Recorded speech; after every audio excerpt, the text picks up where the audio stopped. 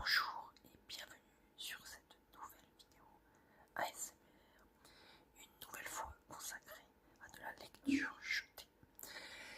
Nous avions lu la fois précédente la nouvelle d'Ernest Hemingway, Les neiges du Kilimanjaro.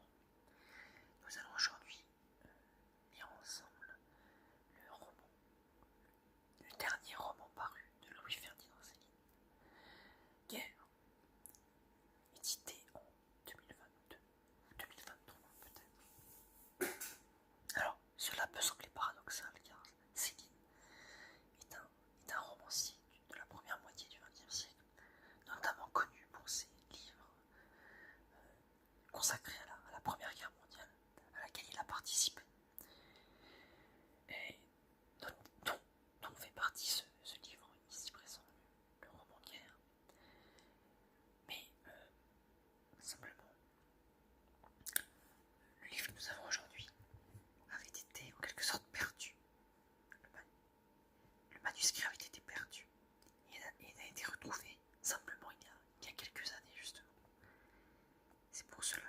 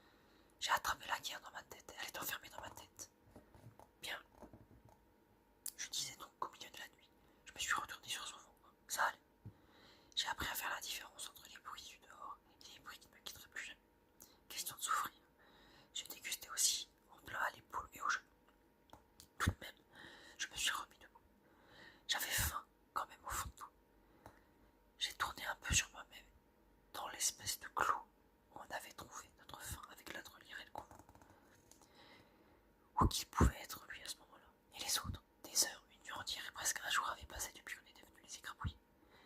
C'était plus que des petits monticules sur la pente, puis dans le verger où fumait, grésillait et brûlait comme ça, nos voitures.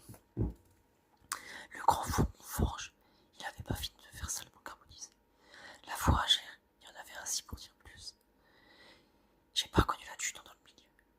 Je l'ai reconnu plus loin, un des chevaux avec quelque chose derrière lui. Un bout de timon dans la cendre, plaqué le long du mur de la ferme qui finissait juste de s'écrouler par l'ombre. Il avait dû revenir se précipiter au galop dans les décombres dans le plein du bombardement, poussé au cul en plein dans la mitraille, c'est le cas de le dire. Il avait bien travaillé la trolière. Je suis resté accroupi encore sur le même endroit. C'était de la boue de pus bien triturée. Il était venu au moins de 200 obus au moment. Des morts par-ci par-là. Le mec aux musettes, il était crevé comme une grenade. C'est le cas de le dire. Du coup jusqu'au milieu du pantalon. Dans son pile même il y avait déjà 2 rats pépères qui croûtaient sa musette au trognon rassis. Ça sentait la viande avancée et le brûlé d'enclos. Mais surtout le tas du milieu, où il y avait bien 10 chevaux tous éventrés les uns dans les autres. Et c'est là qu'il avait fini le galop, fixé d'un coup par une marmite, ou 3 à 2 mètres. Le souvenir de la sacoche du pognon qu'avait sur lui le trolière, il m'est revenu soudain dans l'esprit, dans le profond de ma marmelade. Je ne savais pas quoi penser, moi toujours. J'étais pas dans l'état de réfléchir trop fort. Tout de même, en dépit de l'horreur où je me trouvais, ça me tracassait salement, en plus du bruit de tempête que je me promenais. Il avait plus l'air de rester que moi en fin de compte dans cette saloperie d'ordure. Le canon, de loin, j'étais pas très sûr de l'entendre non plus. Ça se confondait. Dans l'alentour, j'ai vu des petits groupes à cheval à pied qui s'éloignaient. J'aurais bien aimé que ça aurait été les Allemands, mais ils n'approchaient pas. Il avait autre chose à branler sans doute dans d'autres directions. Il devait avoir des ordres. Ici, le terrain devait être épuisé en fait de bataille. C'était à moi tout seul, en somme, à le retrouver le régiment. Ou qui pouvait être celui-là, de penser même un bout. Fallait que je m'y reprenne à plusieurs fois, comme on se parle sur le quai d'une gare à grande rapace. Un bout de pensée, très fort à la fois, l'un après l'autre. C'était un exercice, je vous assure, qui fatigue. À présent, je suis entraîné. 20 ans, on apprend. J'ai l'âme plus dure, comme un biceps. Je crois plus aux facilités. J'ai appris à faire de la musique, du sommeil, du pardon et, vous le voyez, de la belle littérature aussi, avec des petits morceaux d'aura arrachés au bruit, qui n'en finira jamais. Passons. Dans les décombres du grand four gorge, il y avait des conserves de singe, éclatées par l'incendie, mais bonnes encore pour moi. Mais il y a la soif. Tout ce que j'ai bouffé d'une main, c'était plein de sang, forcément à moi et à d'autres. Alors j'ai cherché quand même un cadavre qui tenait encore de l'agneau là, après lui. J'ai trouvé tout au bout, près de la sortie de l'enclos, sur un chasseur à cheval. Dans son manteau, il y avait du bordeaux, 2 bouteilles même, du volet bien sûr, du bordeaux d'officier. Après, je me suis dirigé vers l'Orient, d'où on était venu, par 100 mètres. J'ai bien senti que je commençais à plus voir bien les choses à leur place. Je croyais voir un cheval dans le milieu du champ. Je voulais monter dessus et tout près c'était plus qu'une vache bien gonflée, crevée depuis 3 jours. Ça me fatiguait en plus forcément. Bientôt, aussi, j'ai vu des pièces de batterie qui n'existaient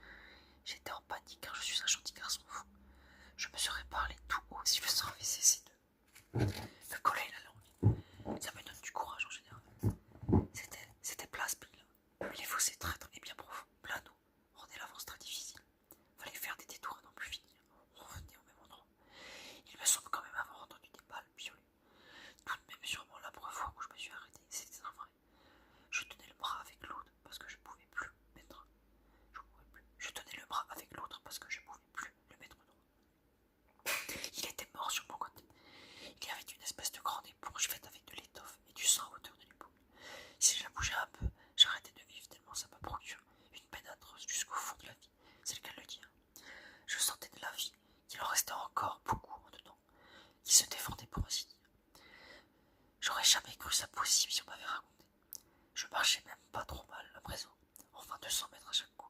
C'était abominable partout comme souffrance. Du bas du genou, au-dedans de la tête. L'oreille, c'était la bouillie sonore à part ça. Les choses n'étaient pas tout à fait les mêmes, ni plus comme avant. Elles avaient l'air en mastic, les arbres pas fixés du tout, la route sous les godasses qui faisait des montées et des petites descentes. J'avais plus rien sur moi que ma tunique et de la pluie. Toujours personne, ma torture de tête, et j'entendais bien fort dans la campagne si grande et si vide. Je me faisais presque peur à m'écouter. Je croyais que j'allais réveiller la bataille tellement je faisais du bruit dedans.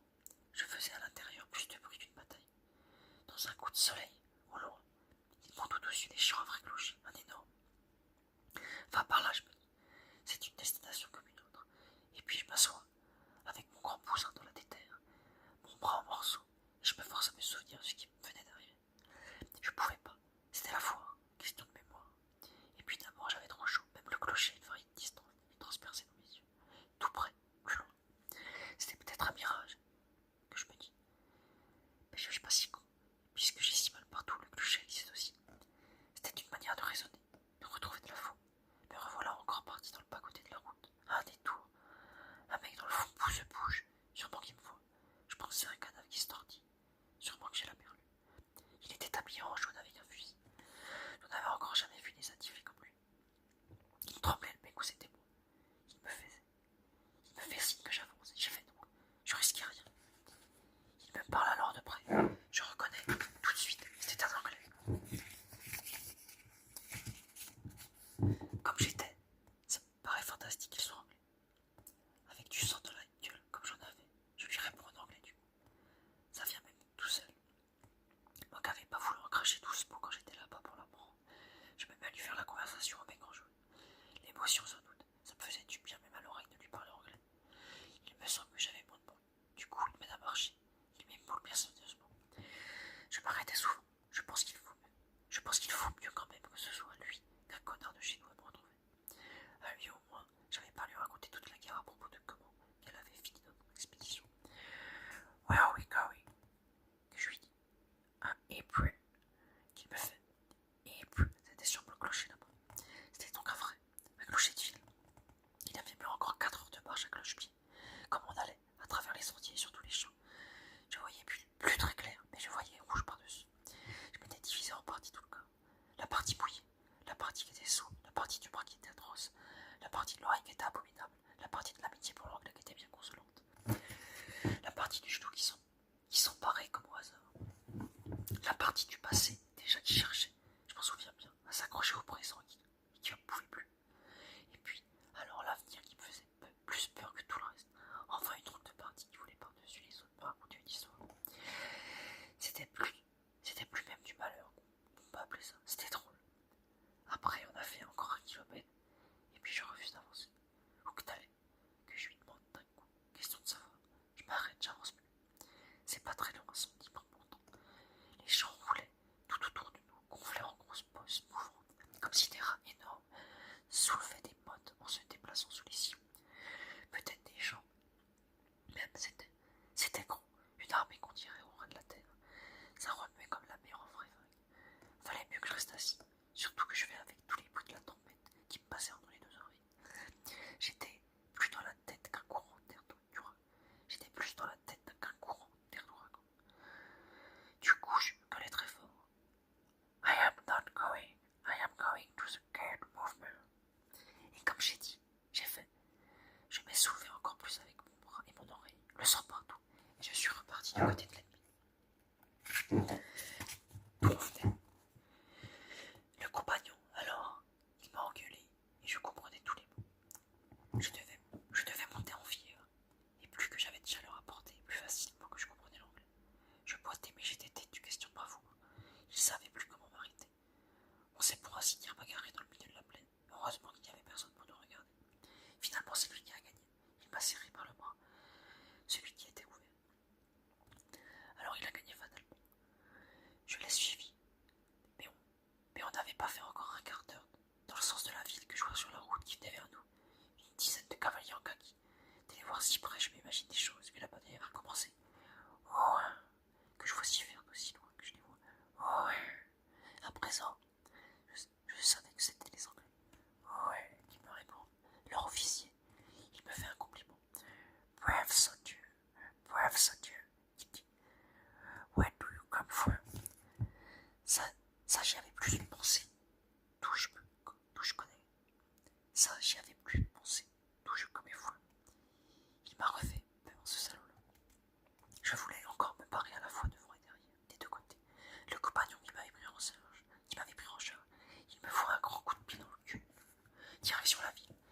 Personne ne voulait plus que je sois brave. Moi, je savais plus où mettre mes esprits. Devant ou derrière. Et dedans, j'avais trop mal. La drôlière, il n'avait pas vu tout ça. Il était mort trop tôt. À un petit moment, la route a positivement monté vers moi. Tout doucement. Un vrai baiser, je peux le dire. Jusqu'à la hauteur des yeux. Et je m'ai allongé dessus comme un lit bien doux, avec mon énorme bombardement dans la tétère et tout. Et puis ça s'est encore plus calmé, et les chevaux qui sont revenus vers moi. Je veux dire leur stupide galop, parce que j'ai plus vu personne. J'ai plus vu personne. Quand j'ai repris mon espèce d'esprit, c'était dans une église, sur un vrai lit. Je me suis réveillé au bruit de mes oreilles, encore, et d'un chien que je croyais qu'il me mangeait le bras gauche. J'ai pas résisté. Sauf qu'on m'ouvre le ventre tout cru et à froid encore. Je pouvais pas avoir plus mal partout. Ça n'a pas duré 1 heure, mais toute la nuit. J'ai vu passer un drôle de geste dans cette tombe sous mes yeux, tout mou et tout melodieux, qui m'a comme réveillé quelque chose. J'y croyais plus. C'était le bras d'une grossesse. Ça m'a malgré tout porté sous son autorité. J'ai cherché l'endroit des fesses avec un œil. J'ai trouvé que ça ondulait derrière. Sur de l'étoffe bien tendue de ceci, de là derrière entre les chapeaux. Comme un rêve qui recommence, la vie elle en a des trucs, les idées sont remontées de travers, comme en bruit, elles ont suivi derrière en attente bien sage. On m'a fait rouler dans un coin de cette église, au coin plein de lumière. Là j'ai retombé dans les pommes, à cause de l'odeur j'imagine. Ça devait être pour m'endormir. 2 jours ont pu passer, avec plus de douleur encore, d'énormes bruits dans ma grosse tête, que de vie véritable. C'est drôle que je me souvienne de ce moment-là. C'est pas tant que j'ai dégusté que je me rappelle, que d'être plus responsable de rien du tout, comme un con. Plus même de ma binoche. C'était plus qu'abominable. C'était une honte. C'était toute la personne qu'on vous donne et qu'on a défendu. Le passé incertain, atroce, déjà tout dur, qui était ridicule dans ces moments, en train de se déglinguer et de courir après ses morceaux. Je la regardais, moi, la vie, presque en train de me torturer. Quand elle me fera l'agonie, mon debout, je lui cacherai à la gueule, comme ça. Elle est tout con à partir d'un certain moment. Faut pas me bluffer, je la connais bien, je l'ai vue. On se retrouvera, on a un compte ensemble, je l'emmerde. Mais il faut que je raconte tout. Au bout des 3 jours, il y a un obus qui est venu s'éclater dans le grand hôtel. Un vrai, les Anglais qui tenaient l'ambulance ont décidé qu'on s'en irait tous. Moi j'y tenais pas spécialement. Cette église avait des formes qui mouvaient aussi, des piliers en guimauve, qui s'enroulaient comme à la fête du chouette, et verts des vitrons. On buvait de la citronne à nos biberons. Tout ça c'était bon, dans un sens. Je veux dire dans le milieu où passe les liquides. Un coup de cauchemar. J'ai même vu défiler dans les hauts des voûtes, sur un cheval tout en or avec des ailes, le général méduleux des entrées, qui me cherchait sûrement. Il m'a dévisagé. Il cherchait à me reconnaître, et puis sa bouche a remué, sa moustache s'est mise à peindre comme un papillon. J'ai changé, n'est-ce pas, Medley? Que je lui ai demandé bien doucement et bien familièrement. Et puis je me suis endormi malgré tout, avec une angoisse en plus, bien nette, juste un coup, entre les orbites, et qu'elle est plus au fond des idées, même plus loin encore que le bruit cependant énorme, que j'en finis pas de le décrire. On nous a sûrement transportés dans la gare, et puis répartis dans le train. C'était des fourgons. Ça sentait encore l'odeur du fumier tout frais. Ça roulait bien doucement. Il n'y avait pas si longtemps qu'on était arrivé pour faire la guerre dans l'autre sens. 1, 2, 3, 4 mois qui étaient déjà passés. Dans mon wagon, c'était rien que des civils en rôle, sur 2 rangs. Moi, j'étais tout près de la porte. Il y avait une autre odeur encore, celle des morts. Je la connaissais bien aussi. Et de finique. On avait dû évacuer d'urgence de l'ambulance. Que je fais comme une vache, aussitôt que je me suis réveillé un peu. Parce que c'était l'endroit. Personne n'a répondu d'abord. On roulait pour ainsi dire, pas à pas. Au bout de 3 fois, il y en a 2 au fond qui m'ont répondu. C'est un bon cri pour les blessés. C'est le plus facile à dire. Tchou-tchou, au loin. C'était sûrement la machine qui prenait la ponte. Mes explosions de mon oreille à moi, elle me trompait plus. Tout s'était arrêté au bord d'une rivière qui coulait de la lune, puis on a repris en s'ébranlant. C'était tout à fait presque comme à l'aller en somme. Ça me soutenait de peur. Je me demandais qui pouvait encore être allongé dans les fourgons en fait de griffons. Si c'était des Français ou des Anglais, ou des Belges peut-être, avec eux. Ça se comprend partout, j'ai recommencé. On n'a plus répondu, seulement ceux qui gémissaient, ils gémissaient plus, sauf un qui répétait Marie, plutôt avec un accent et avec un clou-clou tout près de moi, d'un mec sûrement qui se vidait par la bouche. connaissais ce nom-là aussi.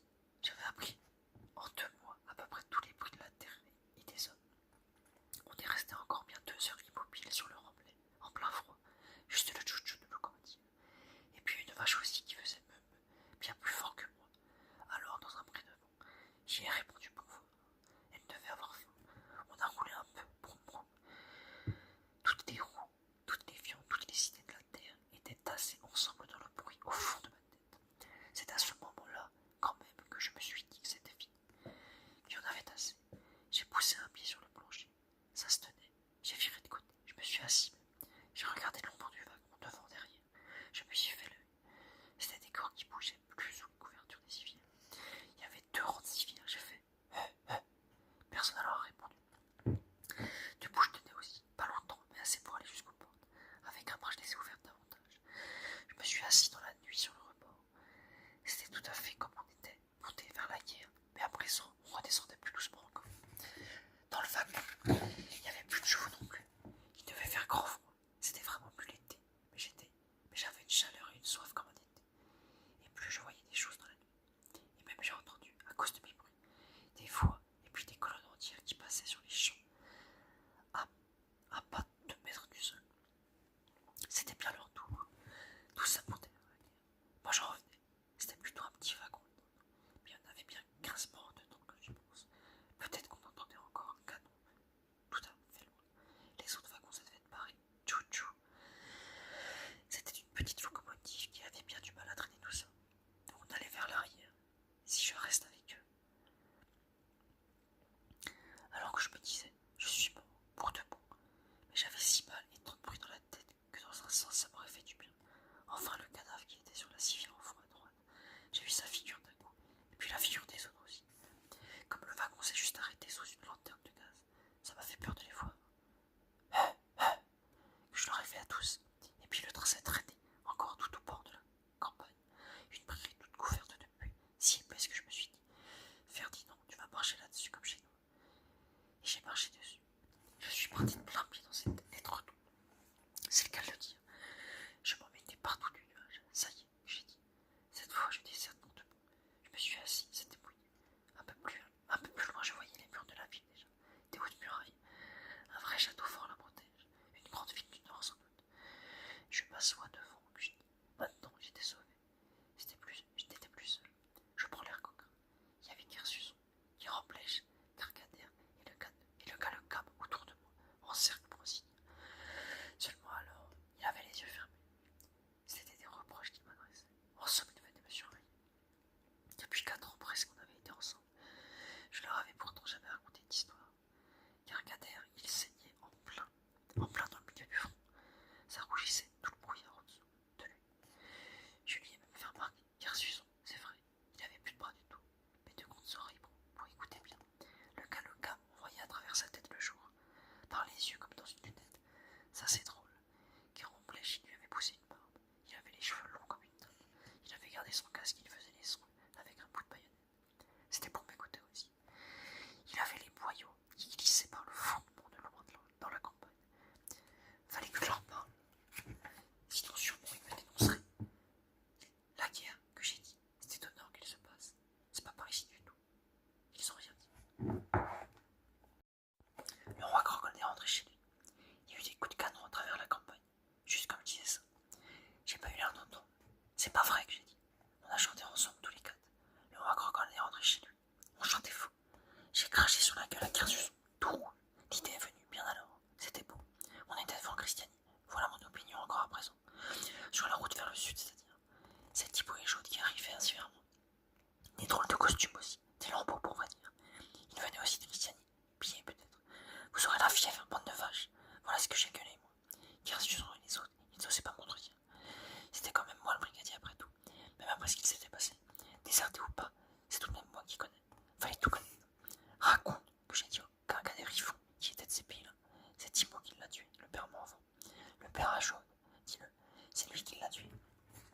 Raconte que j'ai dit. Raconte-moi plus loin, plus tôt, c'est-à-dire. Raconte-moi comment il l'a tué. Avec un poignard, une corde, un sabre. Non, un gros caillou qui lui a défoncé la gueule. C'est vrai qu'il m'a répondu le Gargader. Bien exact, mot pour mot. Le père Morvan lui avait bien prêté un peu d'argent pour qu'il se taise, qu'il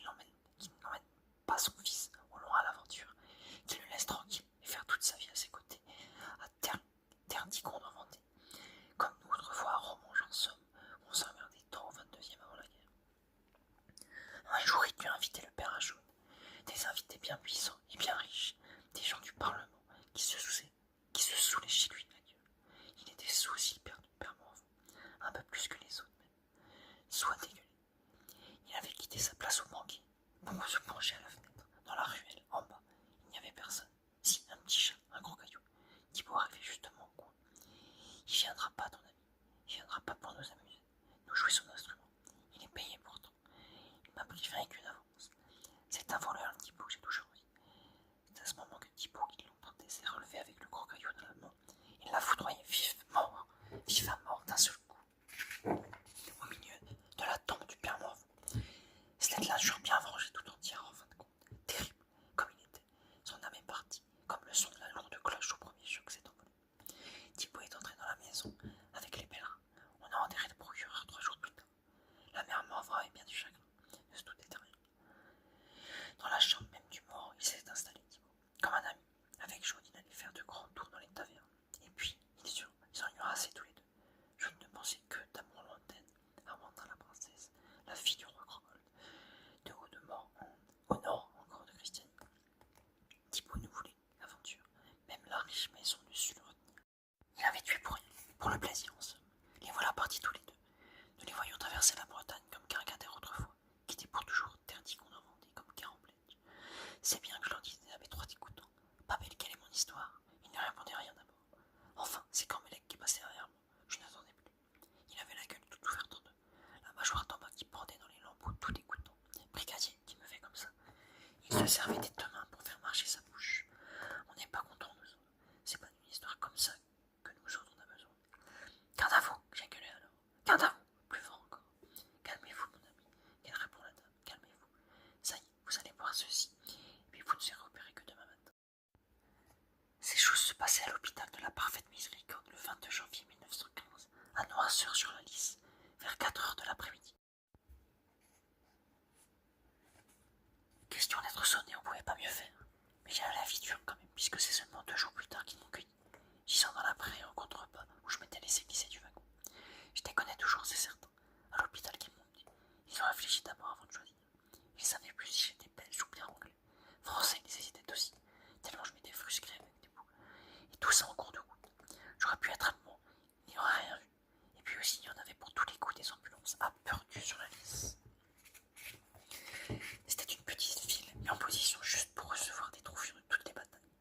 On m'a posé des étiquettes sur les puits, et puis finalement j'ai échoué au Virginal Secours, rue des 3 Capucines, qui était dirigé par des dames de la société. C'était pas tout ce qu'il y a de carré comme destination. Je le prouverai par la suite. Ça m'emmerdait d'aller mieux dans un sens parce qu'il fallait que je fasse un effort pour déconner, tandis qu'il me transportait. C'était plus si sincère. Les 2 jours et 2 nuits dans l'herbe, ça m'avait en somme plutôt fait du bien. Une putain de vitalité. Je louchais un peu de ma litière pour voir les mecs qui me ramenaient en ville. C'était des infirmiers à cheveux blancs. Pour la douleur et le bruit, le sifflement, tout le pastrol, c'était bienvenu d'emblée avec la conscience, mais c'était supportable.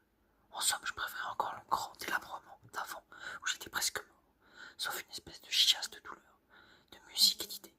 À présent, c'était pas douteux que si on me parlait, je pourrais pas m'empêcher de répondre. C'est ça toujours qui est grave. Malgré que j'avais encore du sang encore plein la bouche et même l'ouate qui me faisait un grand bouchon dans l'oreille à gauche. Le truc du rêve de la légende, je pourrais plus être assez coquin pour m'en servir et leur en donner à froid. Car à présent j'avais la grelotte. J'étais froid comme un mort en somme, mais seulement le froid. Ça n'allait pas. Ils m'ont fait franchir la porte de la ville. Un vrai pont-levis alors, avec des grandes précautions. On a croisé des officiers, et puis même un général, et puis des anglais, plein de kaki, des bistrots, des coiffeurs, des chevaux qu'on menait à l'abreuvoir. Ça me rappelait 1000 choses. Je jetais un œil vers ces choses, en souvenir des romanches. Combien de mois déjà qu'on était partis. C'était comme tout un monde qu'on avait passé. Qu'on serait tombé de la lune. J'en perdais pas un signe quand même du nouvel endroit. C'était pas bien possible de tomber plus moche et plus rebutant que j'étais, mais quand même je me courais bien. Et finalement, cocarde d'idée, qu'au morceau de viande saigne, en tout cas l'oreille tonitruante, comme ma grosse tête capituleuse, ces vaches d'hommes en voudraient encore. Je serais encore bon pour être traqué, et plus vachement que jamais. Bien Ferdinand, j'ai dit, t'as pas crevé à temps. T'es qu'un beau lâche, t'es un putain de j'en foutre, tant pis pour ta sale gueule de con. Je m'étais pas trompé de beaucoup, je suis doué pour l'imagination. Je peux bien le dire sans vexer personne. Je crains pas non plus la réalité. Mais avec ce qui se passait à Perdu sur la Lys, il y avait de quoi faire tomber la fièvre à bien des bataillons. Pas question. Je m'explique, on jugera. Dans ces cas aussi, on se conseille soi-même. On se dirige sur ceux qui vous restent d'espérance. Ça brille pas fort l'espérance. Une mince peau bêche, au fin bout d'un infini corridor parfaitement rustique.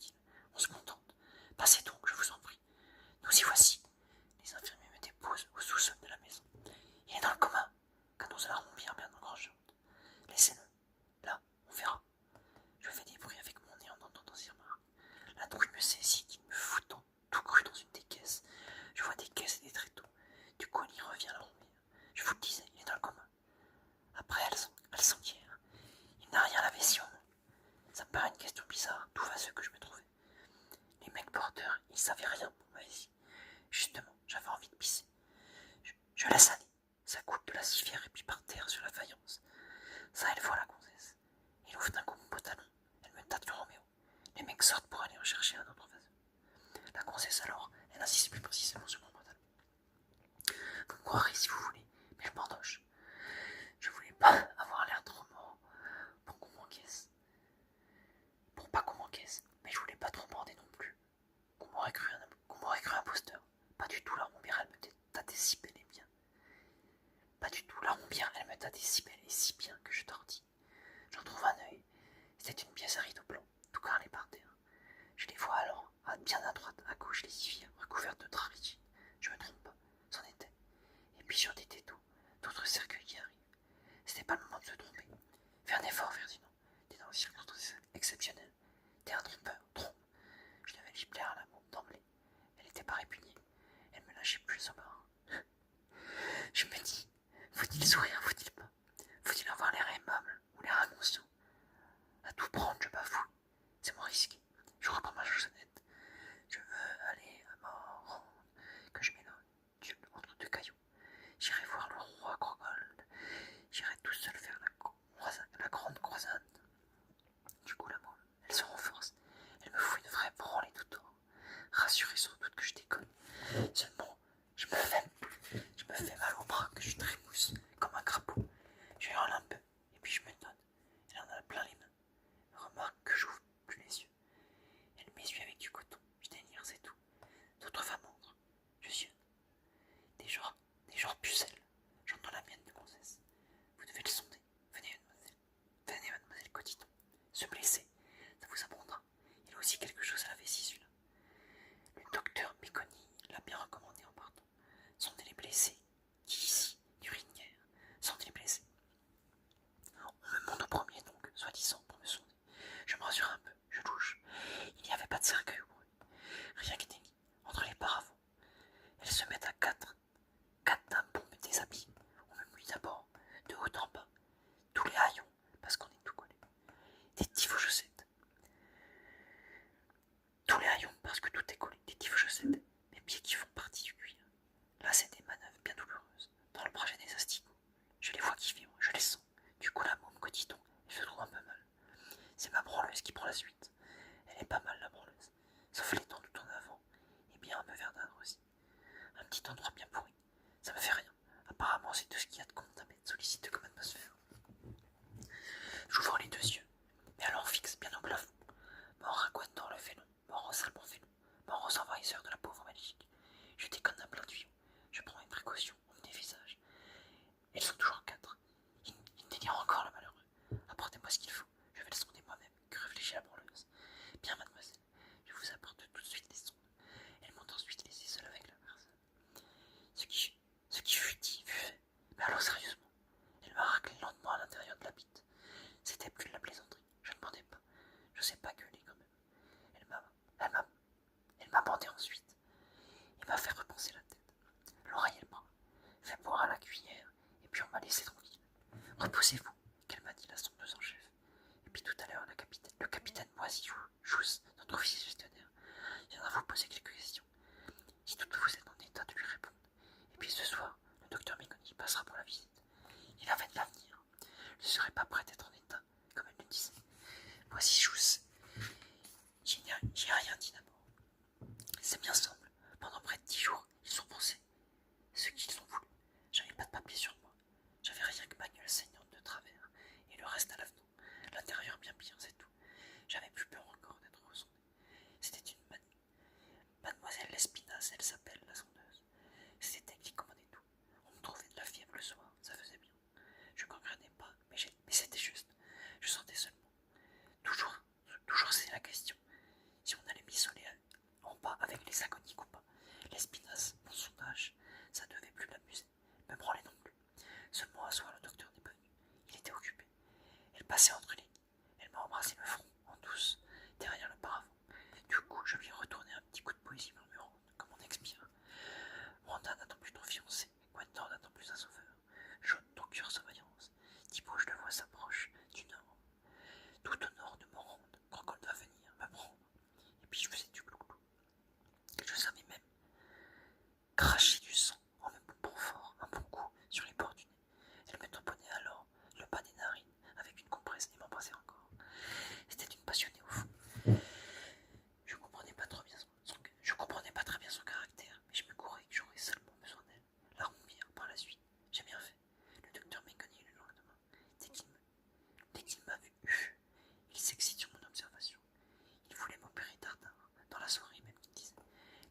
l'espinasse, elle a récité au nom de mon épuisement.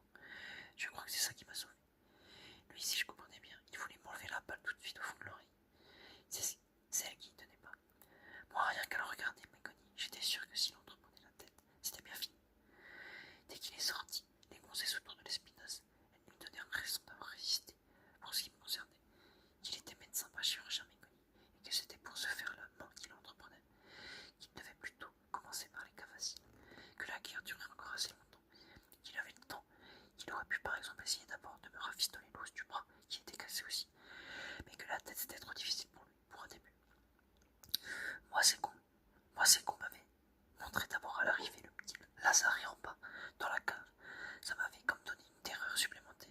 Il m'avait foutu la panique.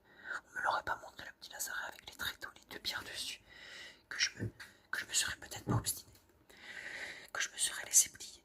Mais c'est tout savoir, d'avoir vu les boîtes qui me faisaient plutôt résister. Suprêmement.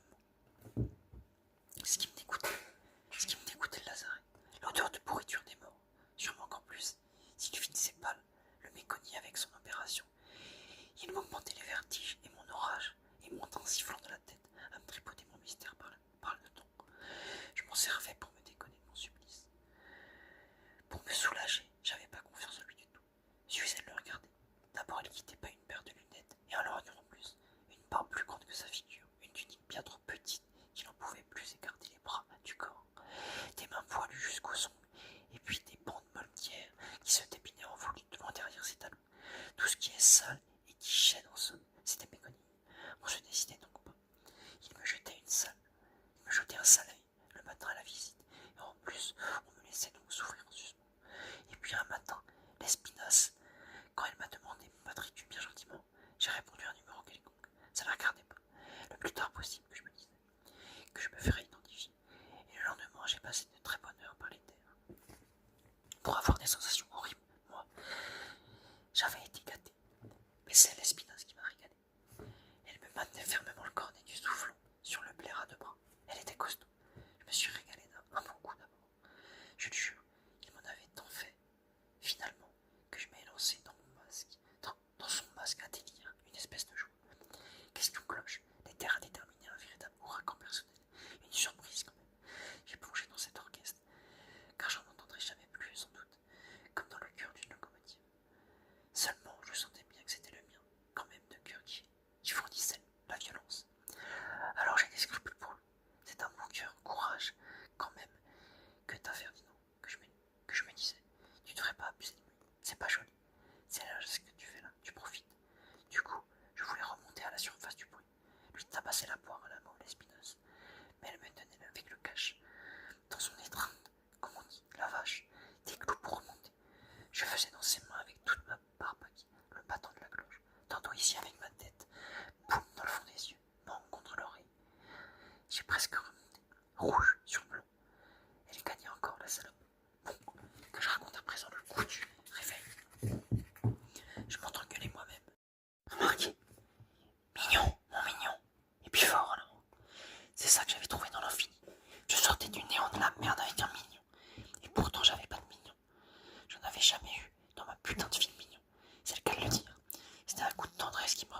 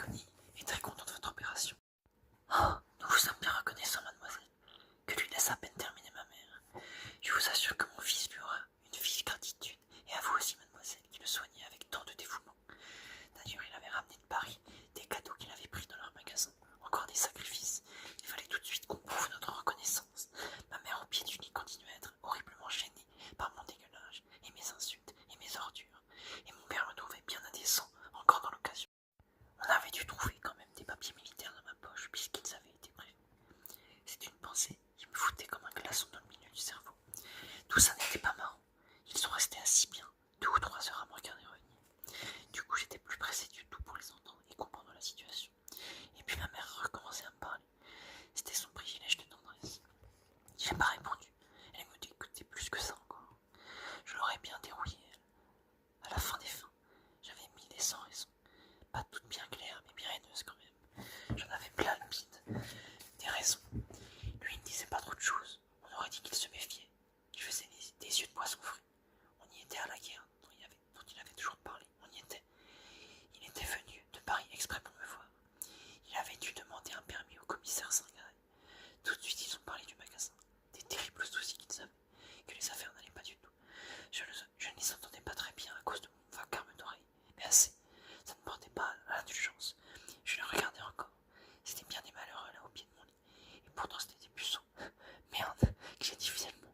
Rien à vous dire, débiné. Oh, Ferdinand, qu'a répondu ma mère. Comme tu nous fais de la peine, tu devrais être content, voyons. Te voilà sorti de la guerre. T'es blessé toi au moins. Mais avec ta santé, tu vas sûrement aller bientôt mieux. La guerre sera finie. Tu trouveras une bonne place. À présent, tu seras raisonnable. Sûrement que tu vivras mieux. Ta santé est excellente au fond. Tes parents sont bien importants. Tu sais que nous n'avons jamais fait exprès d'excès d'aucune sorte. Tu as toujours été bien soigné à la maison. Et si ces dames sont bonnes pour toi, nous avons vu ton médecin en montant. Il parle de toi avec beaucoup de gentillesse. Je disais plus rien. Jamais j'ai vu ou entendu quelque chose d'aussi dégueulasse que mon père et ma mère. J'ai eu l'air de m'endormir. Ils sont partis, pleurnichant vers la gare. Ils délirent, vous savez, ils délirent. Que m'excuser et les consoler l'espinasse en les accompagnant. Je l'entendais dans le couloir. Ça ne fait pas tarder. Un malheur arrive jamais seul. 1 heure à peine plus tard, on annonce Madame Onim, la cantinière en personne. Elle arrive aussi au pied du lit en murmurant. Je fais des livres, petit chapeau à oiseau qu'elle portait, et voilette et boave et fourrure. Du luxe. Un mouchoir pour le chagrin, mais j'ai regardé bien les yeux. Je la connaissais. C'est elle qui pose les questions. Elle tournait autour du tram. Je me demande d'abord comment qu'elle aurait pu comprendre. J'y pensais déjà plus. Et puis j'y ai repensé. C'était pas explicable notre expédition et la manière qu'elle avait fini. C'est des choses qu'on sent. Elle ne pouvait pas sentir ça la garçonne. Il est mort, que j'ai dit simplement. Il est mort en brave. Et puis c'est tout. Elle s'est écroulée à genoux alors. Oh Ferdinand, qu'elle a fait. Oh Ferdinand. Elle s'est relevée comme pour tituber. Et puis elle s'est refoutue à genoux. Elle a sangloté dans mes couvertures à pleine figure. Moi c'est un genre que je me méfie. J'ai bien fait. La voilà donc qui pleure encore, la demoiselle d'Espinasse. Elle était pas loin à écouter, sûrement derrière le paravent. Elle a surgi, toute pincée. Il ne faut pas fatiguer les blessés, madame. Le docteur l'interdit. La visite est terminée. Elle s'est relevée alors, madame Onim, d'un coup, bien vexée, bien sèche. Ferdinand, qu'elle a dit tout bon, qu'on l'entende. Vous n'oubliez pas que vous m'avez laissé au quartier une note en partant de 322 francs. Quand comptez-vous me la régler? Je ne sais pas, madame. Ici, je ne touche rien. Ah, vous ne touchez rien? Eh bien, j'écrirai une fois de plus à vos parents. J'avais pourtant votre parole d'honneur, il me semble, que vous ne feriez plus de tête à la cantine. C'était pour me déprécier dans l'esprit de la Lespinasse qu'elle disait ça. D'ailleurs, elle ajoute, il me semble les avoir rencontrés vos parents en venant. Je vais les retrouver à la gare peut-être. Tintin, la voilà qui fout son camp trompe dans l'escalier. Je compte jusqu'à 100, et puis 200. À peine un quart d'heure plus tard, c'est mon père qui revient. Tout est bouleversé. Comment Ferdinand ne nous avait pas dit cela? Voilà encore une huile qui nous tombe. La cantinière qui nous réclame une tête sur le quai, même de la gare. Une tête que tu lui dois depuis ton départ du campement. Nous qui durant toute une vie de pure perte, nous avons assuré ton existence au prix de quelle privation? Tu le sais mieux que personne.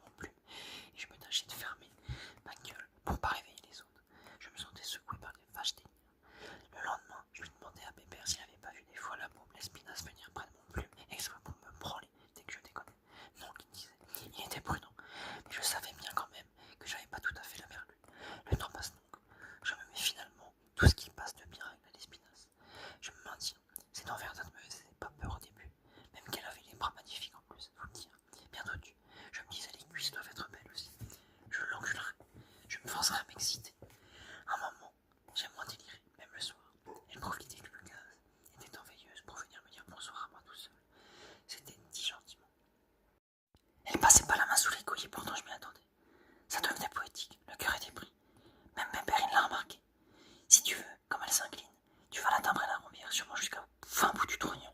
Mais garde ta gueule, j'aime bien te prévenir. S'il avait un amputé dans la tôle, parce qu'alors le ventoux n'était filé en moins de 2. Je te dis rien, mais t'as prévenu. Il était désalé, mon bébé, à pas croire. Bon, 2 semaines passent encore. On sortait pas. On savait pas ce qui se passait dehors, mais on avait dû sûrement reculer. Le vent se rapprochait. C'est-à-dire qu'on discernait bien mieux le canon, même de l'endroit où nous étions couchés, dans une bulle sur la cour. Il y avait aussi les avions ennemis, qui étaient réguliers vers midi. Pas bien méchants pour tout dire, 3 mots ou plus. Les dames tremblaient dans les petits coins en changeant de voix. Il y a une bravoure pour les dames. Mais Connie, il se trissait tout simplement dans ces cas-là par l'escalier. Il revenait ensuite. Il me semble qu'il en vient bien plus souvent, remarquait-il. Ça le gênait. De mon père des lettres parfaitement écrites en parfait style. Il m'exhortait à la patience. Il me prédisait la paix prochaine.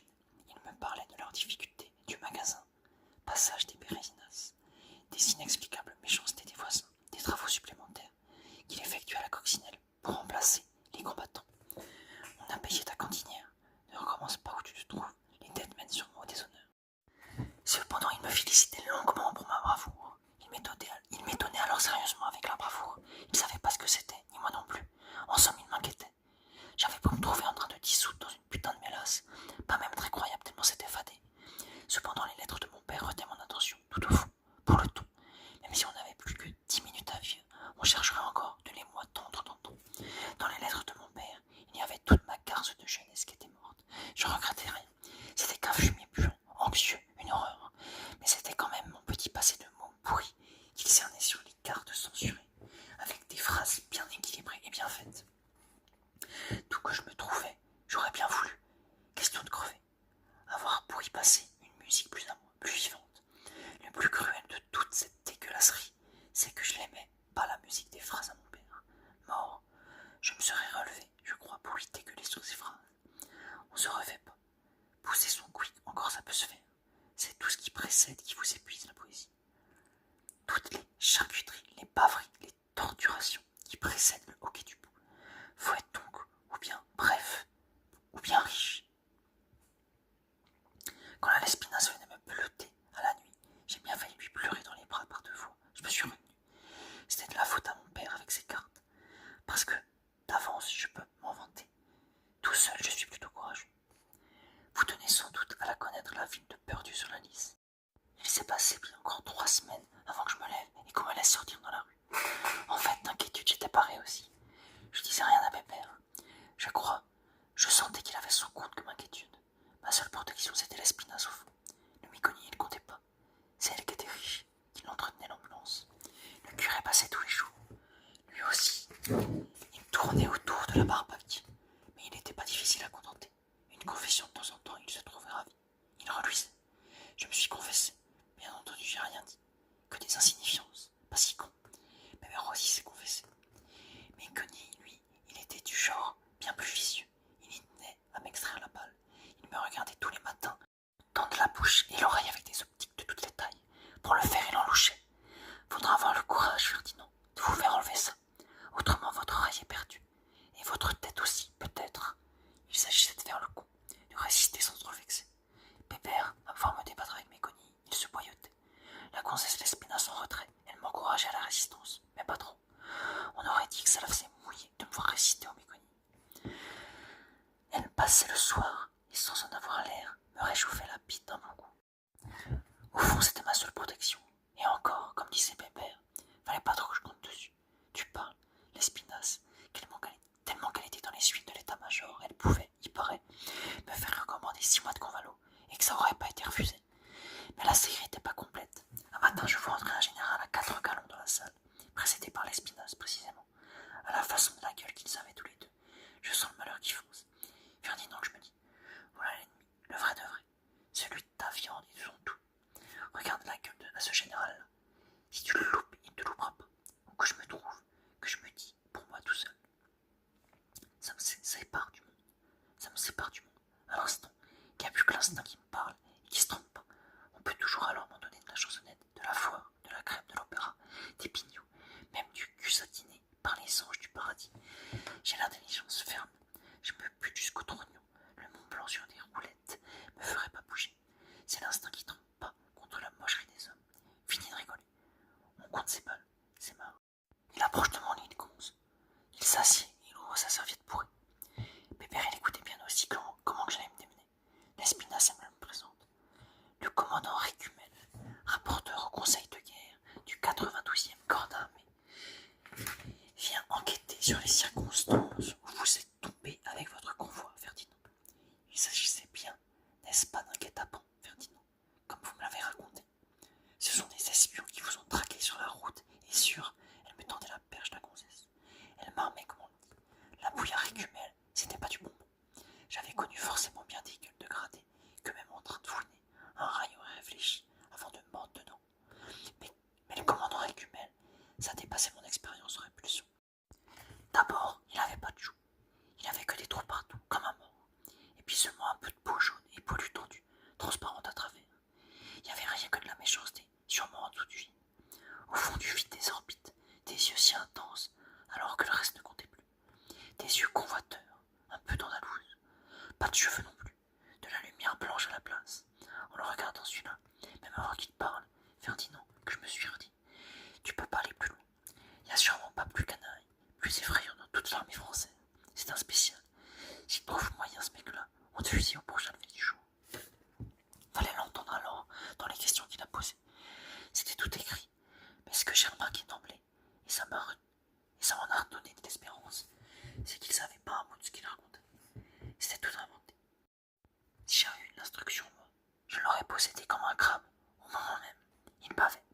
Je sentais bien qu'il déconnait, mais j'avais pas assez d'instructions pour le mettre en boîte. J'aurais fait marrer tous les copains. Il comprenait rien à ce qu'il s'était passé avec le trailer et le convoi. Il voulait avoir l'air de savoir. C'est là qu'il était tout con. Ces choses-là, ça s'imagine pas, surtout avec un cœur méchant. Ça se sent, et puis c'est marre. Donc rien à expliquer. Je l'ai laissé parler, la môme l'Espinasse. Elle savait aussi parler beaucoup comme mon père, pour ne rien dire. Il n'osait pas l'interrompre. Décidément, elle avait de l'autorité partout. C'était une puissante. Je lui aurais embrassé les dents. Mais tout de même le funèbre, il la voulait ma peau. Il y revenait. Ce qu'il en restait, c'est-à-dire. Il se trémoussait sur la petite chaise en fer. Il faisait un bruit de castagnette avec ses fesses tellement que ça l'agitait. Mais il était tellement à côté dans ces espèces d'insinuations qu'il en était marrant et même pénible.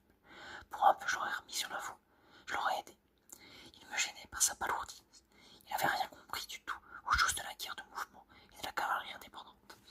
On l'aurait envoyé un peu se faire tabasser, d'abord chez les dragons. Alors revenons, il aurait peut-être su. Il aurait pris de la culture et de la graine. C'est tout dans la vie de prendre le ton, même pour l'assassin. Je vois, brigadier, que vous n'avez pas retenu grand-chose des ordres précis qui vous avaient été transmis, même pas un seul contenu des messages itinérants qui vous furent sûrement envoyés. J'en compte 12 pour les dépêches. Il les tenait. Depuis le moment où vous avez quitté la garde, jusqu'au moment où les événements deviennent si précipités, si inexplicables. C'est-à-dire 4 jours plus tard, quand votre convoi est entièrement annihilé par les obus ennemis et forcé d'aller en avant de la ferme comtoise, exactement à 700 mètres de la rivière, à la suite du dernier revirement et de nombreuses variations sur l'itinéraire prévues par vos chefs qui demeurent pour ces changements tout à fait inexplicables et pour tout dire ahurissants, puisque vous vous trouviez alors à 42 km au nord de la route principale. Pouvez-vous cependant faire un effort, une fois de plus, puisque vous êtes à présent le seul survivant de cette épopée grotesque, le seul survivant un peu lucide, c'est-à-dire, car le cavalier gruménois du 2e escadron retrouvé près de l'hôpital de Montluc n'a pas retrouvé l'usage de la parole depuis bientôt 2 mois. J'ai décidé de n'avoir pas plus de parole que Grumelin. Je me tue. Nous n'avions rien de commun. D'abord, il parlait un peu élégant comme mon père. Ça suffisait. Pépère, il se bidonnait doucement dans son fusil. Il s'est retourné l'inquisiteur et lui a jeté un sale œil. Ce qui lui a pas porté bonheur d'ailleurs. Je raconterai. Je me pensais, en parlant pas, de quoi qu'il voulait m'inculper finalement. De désertion devant l'ennemi, d'abandon de poste, de quelque chose de gentil. C'est bien, qu'il a dit pour finir. J'informerai. Et il s'est levé. Ce mec-là, je l'ai jamais revu. Mais j'ai pensé souvent à lui. Il faisait un drôle de métier. La môme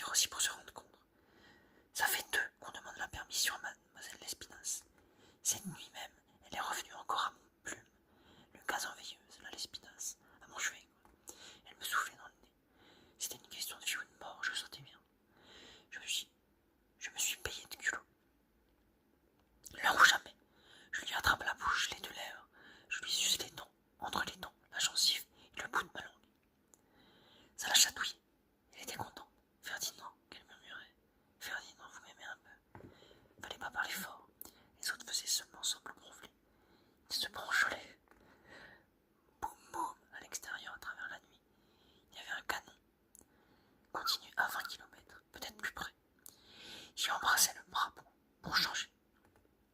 Je lui mettais ses 2 doigts dans ma bouche. Je lui mettais moi-même l'autre main sur mon zozo. Je voulais qu'elle tienne à moi la garce. Je lui ressuçais toute la bouche encore. J'aurais rentré la langue dans le trou du cul. J'aurais fait n'importe quoi. Bouffé ses règles pour que le mec du conseil de guerre y soit baisé. Mais elle n'était pas dupe, la mignonne. Vous avez eu peur tantôt, n'est-ce pas, Ferdinand? Du commandant, vos explications n'étaient pas très raisonnables. Je buvais pas. Je la comprenais plus bien. J'ai pas fouillé pour la contenance. Et la mec, j'ai peur. Elle jouissait la vache. Elle s'agitait contre mon plume. Elle avait un puissant foiron de flamande. C'est comme si elle m'avait fait rentrer dedans tout entier, tellement elle jouissait, là, à fond, à genoux. C'était la prière. Demain matin, vous irez à la première messe, Ferdinand, et vous prierez Dieu, et lui rendrez grâce pour les protections qu'il vous accorde, et l'amélioration de votre état. Bonsoir. C'était fini, elle avait joui. Elle était partie. Les autres boiteux, ils se fendaient la gueule. Comme sensation, tout ça, c'était du pickpocket. 12 balles, 2 balles, 0 balles, rigolo. J'ai quitté le lendemain. Il n'est rien venu du conseil de guerre. Je demandais des tuyaux, sans en avoir l'air aux salités, qui avaient des souvenirs de campagne. T'en as fusillé déjà, toi, que je demande à l'artilleur. Celui justement qui avait un éclat dans le poumon, et puis un autre éclat qui lui avait coupé juste le bout de la langue. Arrivé à un poteau Stison, il s'y réchima dessus qu'il a fallu se mettre à 3 fois. Et par où? Ça allait pas mieux. Heureusement, l'adjudant, qu'il a ajouté. Il y a fou, 3 balles encore dans la gueule. Avec ça, je pouvais facilement me représenter.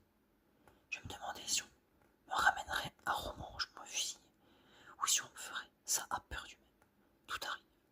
Je passais forcément la nuit, entre mes bourdonnements, la fièvre et la perspective. Un peu plus j'aurais été la trouver la môme l'espinasse. Et puis merde, j'avais dit que je perdrais pas. Je voulais pas perdre. Encore 2 jours, encore 3 nuits, toujours rien du conseil. Pour moi, il ne parlait pas encore de la caisse du régiment, qui avait été bousillée aussi, fondue dans l'aventure. Et pourtant, c'était le plus grave en somme, pour me coincer mieux. Pour un tas de salauds fameux, dont j'aurais quitté qu'au dernier moment.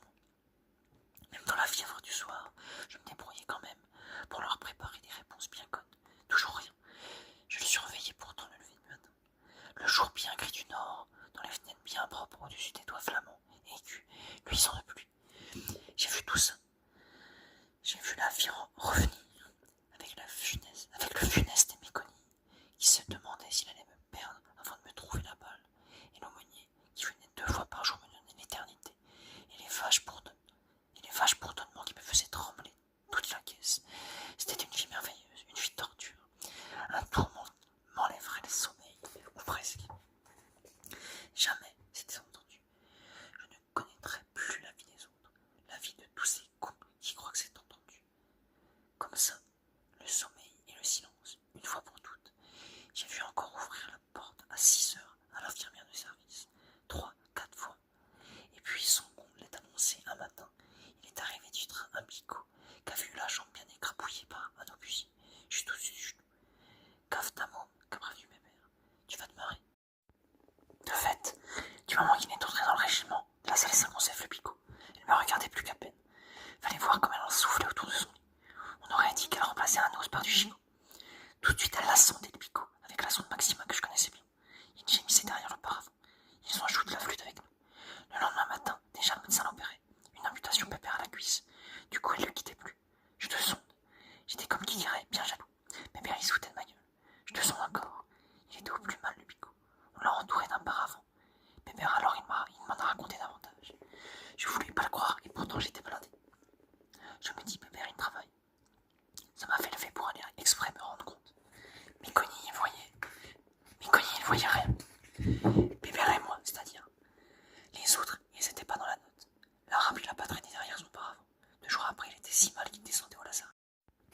Sûrement qu'il avait été branlé bien 10 fois dans la dernière journée. Et bien soudé en plus. Et pas pourri. Par la directrice derrière le paravent. Après ça, en somme, il était mort. On pouvait le faire descendre. J'aurais pu faire du scandale avec ce que je savais, mais ça aurait pas mieux valu pour mon matricule. Puisque je me levais à présent et que je pouvais aller jusqu'au bout de la biole, j'ai pris le culot. Je me l'ai regardé dans les yeux, la môme, l'espinasse. Bien dans les yeux. Je pourrais pas sortir après déjeuner aujourd'hui en ville, que j'ai demandé. Mais Ferdinand, vous n'y pensez pas. Vous tenez à peine debout. Ça fait rien que j'ai dit. Pépère, il me soutiendra si je l'avais. C'était culotté de ma part. Surtout qu'en somme, avec l'histoire du conseil, j'aurais pas dû sortir du tout. On pouvait venir chose. C'était assez exceptionnel. Des faveurs. Fallait pas se dégonfler. J'ai dit ce que j'ai dit. Je veux sortir bien 5 heures.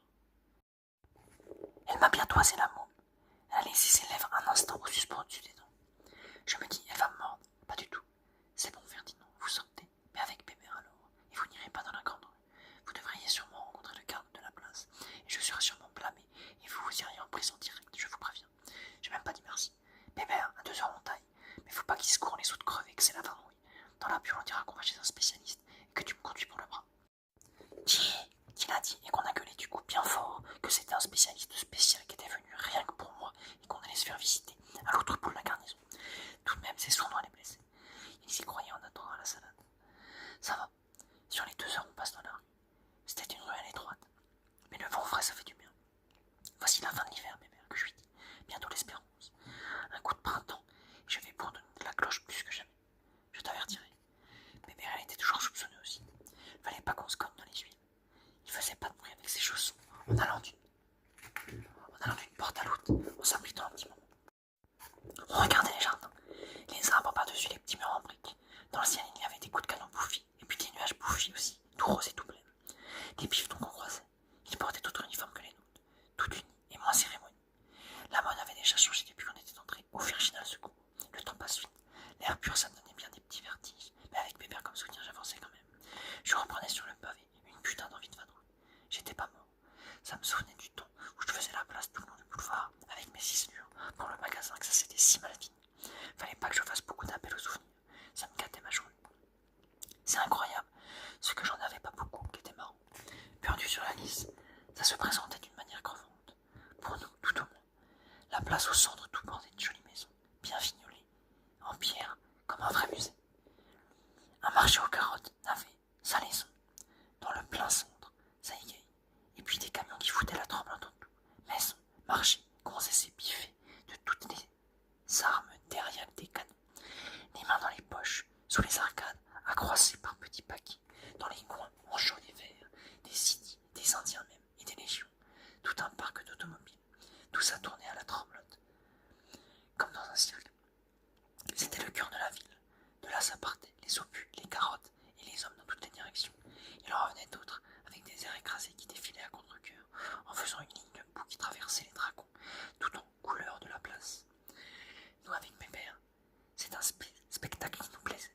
On a été se mettre dans l'ombre d'un petit caboulot. On a regardé dehors, on s'est instruit peu à peu. Pépère, il était pas plaisant à voir. Il n'inspirait pas confiance à première vue. Et cependant, c'est un garçon qui avait du fou. D'abord, c'est lui qui payait. Il avait de l'argent. Ma femme, elle se débrouille bien, qui m'annonçait. C'est une travailleuse, j'aime pas manquer. Je comprends aussi. Je suis pas si con. La grande place en somme, tout le monde y passait dans cette ville. Je suis sûr, je vais à Bébert, que si on reste assez longtemps, on va le voir passer le commandant écumène. Il pense pas qu'il me fait. Regarde plutôt la boniche. C'est vrai qu'elle avait du corsage. Mais il y avait déjà 2 troufions de la coloniale qui lui tenaient les miches. Chacun une. Elle est en main, que je réponds. Tu verras mon ange, je les ai 2 fois comme ça, question d'être mignonne et tout. Celle-ci, c'est de la raclure de chiot, qu'il annonçait bien fort pour qu'elle l'entende. J'en voudrais pas pour me vernir la bite. Et il a glaviotier, un grand coup, sur ses chaussures même à la boniche, pour me démontrer. C'est elle alors qui tourne les yeux de son côté. Elle a visé Bébert qui continue à le toiser avec des coups. Du coup, la boniche, elle a fondu dans un vrai sourire. Elle a plaqué les 2 sergents. Elle s'est approchée de lui avec des mines toutes transies et charmées. Fais attention, grognasse, tu vas me faire mal aux pieds. Apporte-moi 2 picons et pars-toi. J'en ferai peut-être mon doublard, tiens, de la raclure, mais faut d'abord que je voie Angèle. Et puis il s'est enfourné derrière le précipice, d'où on regardait la grande place. Il n'a même pas regardé la boniche, comme s'il n'existait pas. Pourtant elle essayait, qu'on aurait dit, qu'il crache encore. Ça lui disait plus rien, il pensait. Moi je le laissais penser. Je méditais un peu aussi. J'essayais de me mettre à la hauteur. Tu vois, qu'il a fait un bras à mon moment. C'est plein d'anglais. Je vais écrire ça à Angèle. Maintenant que je sors, je vais me démerder. Si seulement j'ai le ripaton qui supplie encore 2-3 mois, avec Angèle tu vas marrer Ferdinand. Tu pourras même leur envoyer des mandats à des vieux. Je te la repasserai, tiens la boniche. Je te l'adresserai. Je peux pas mieux faire. Un doublard, j'en trouverai une autre. Les gonzesses comme la Lespinasse, j'y crois pas. Non. C'est traître, c'est sadique, je veux bien. Mais un jour, ça se tourne contre toi. Tu peux pas les suivre, tandis qu'avec Angèle, je sais mon affaire. Tu vas voir si ça rapporte. C'est du chien de chasse. chasses? Oui, j'avais vu des chasses, mais j'aimais mieux pas en parler. En somme, on s'était bien distrait. Le piquant, ça lui portait au cerveau bébert. Il déconnait un peu, il se vantait. C'était sa faiblesse. Il en a pris 2, et puis 3. La boniche a pas voulu qu'il paye les 2 autres tournées. Tout pour elle. Me marche pas sur les pieds, Poufias, qui lui a répondu en remerciement. Il lui a pincé les fesses seulement. Mais alors dure, et partout sous la jupe, qu'elle faisait la grimace, si longtemps qu'elle en pâlissait. On s'est levé, on est parti. Te retourne pas, qui m'a fait bébé. Je commençais à bien me tenir. Il y avait des civils dans le café, en plus des militaires. Des flics en civil sans doute, beaucoup aussi. Des marchands de tout, des paysans, des grenadiers belges et des marins britanniques.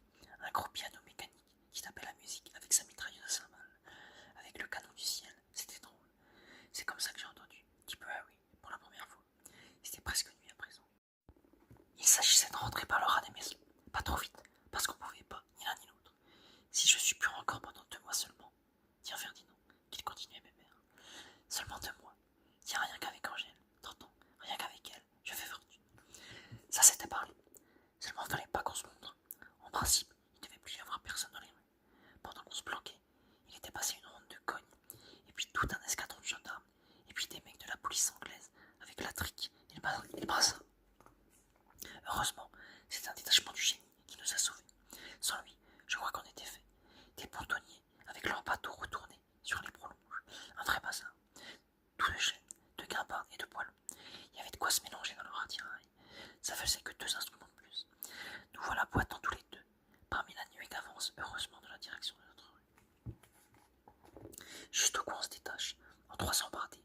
On touche le coin de la petite porte du Virginal Secours, celle qui donnait sur le lazaret d'en bas. J'aime même pas beaucoup passer par là. Ça fait rien, propose ma mère. Rentrons pas ensemble. Moi je passe par le jardin. Je peux pas descendre les marches avec mon pied. Toi passe par en bas. J'ouvre donc le portillon. Je fais pas de bruit. Je pousse bien doucement. Ça crie un peu, quand même. Je reste un moment à fixer le fond de l'ombre. Il y avait encore une porte plus loin. Une reine lumière dessous. J'approche. Je fais encore attention à pas qu'on m'entende. Je sais jamais, trop à cause de mes bourdonnements, combien je fais de bruit en marchant. Combien j'en fais pas. J'approche tout de même. C'était bien un bruit de clous qui gémit dans une planche. Et puis du bois encore qui craque un peu. Qu'on force. Je me dis, c'est là-dedans qu'on est en train de fermer un cercueil. Sûrement que c'est le site qu'on installe. Demain, il y aura l'enterrement. Ça traînait pas. On était pressé de le virer sans doute Lucie, à cause de la gangrène qui sentait déjà fort à travers le phénique. Il y en avait toutes dans le lazaret, sur les civières, qui passeraient après lui. Qui sortaient peu. Tout de même où j'étais derrière la porte, j'entendais aussi la personne murmurer des mots, et c'était pas la voix du gros Témine. Les bénisses qu'on connaissait bien dans la maison, et qui étaient toujours un peu sous, forcément, et la voix bien idem. Une prière c'était alors, et en latin. C'est pas une bonne sœur qui est venue là, dire un chapelet en même temps. Je m'intrigue, je me tâte encore un petit instant. Si je regarde pas, je verrai rien. Par-dessus la cloison, il suffisait de se soulever. On plongeait dans le petit réduit. Seulement, j'ai cherché un escabeau, et finalement je me suis hissé sur des boîtes catéfites. On aurait dû m'entendre. Je regarde. J'entendais aussi les coups d'écho de canon qui venaient bouffer dans les vitres. Ça résonnait tout autour du sous-sol. Je regarde encore, alors bien de sang-froid. C'est drôle. J'osais pas le dire, mais je m'en étais un peu douté. C'était la voix de la Lespinasse que j'avais cru entendre parler là. Et puis alors elle s'occupait. On aurait dit que c'était toute sa vie qui était dans la boîte, tellement qu'elle s'acharnait pour l'ouvrir. Avec le ciseau à froid, elle forçait sur le joint. C'est ça qui grinçait. Déjà qu'il avait brûlé le cercueil Émilien. Les 2 mains qu'elle y mettait, elle se faisait mal. À la bougie, je voyais pas bien sa tête. Surtout qu'elle se penchait avec son voile dessus, tout contre le couvercle. L'odeur ne faisait rien. Voici. Je cherche pas à bien comprendre, mais d'un coup je me sens dans l'intimité, la vraie. J'en profite. Je tape un peu sur la cloison. Elle relève la tête. Elle m'aperçoit en plein dans sa bougie, à pas 2 mètres d'elle. Alors là, elle me fait peur. Je recule un peu. C'est pas une grimace sa tête. C'était autre chose, comme une grosse plaie pâle, toute saliveuse, toute tremblante. Saigne ta gueule que je lui dis. Saigne, charogne. Je l'injuriais comme ça, parce que je savais pas quoi dire. Que ça venait du temps, et que c'était pas le moment d'avoir du sens. Je trébuche en bas. Je pousse la porte du cagibi. Saigne donc, saigne donc. C'était con à dire, mais je pouvais dire que ça. Alors elle me vient dessus, et avec toute sa figure, elle m'embrasse et me suce comme si j'étais aussi crevé. Et avec les 2 bras, elle me donnait, elle s'agitait en plus. Et puis, elle est devenue lourde d'un coup. Et elle a relâché tout. Et elle a glissé par terre. Et je l'ai retenue. Elle s'était presque tombée mal. Aline,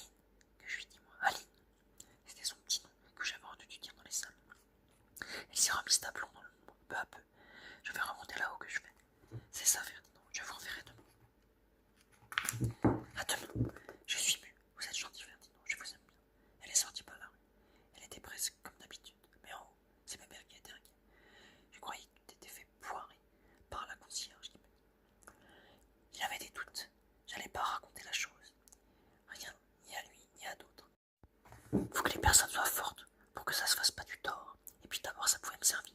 Et puis ça m'a servi.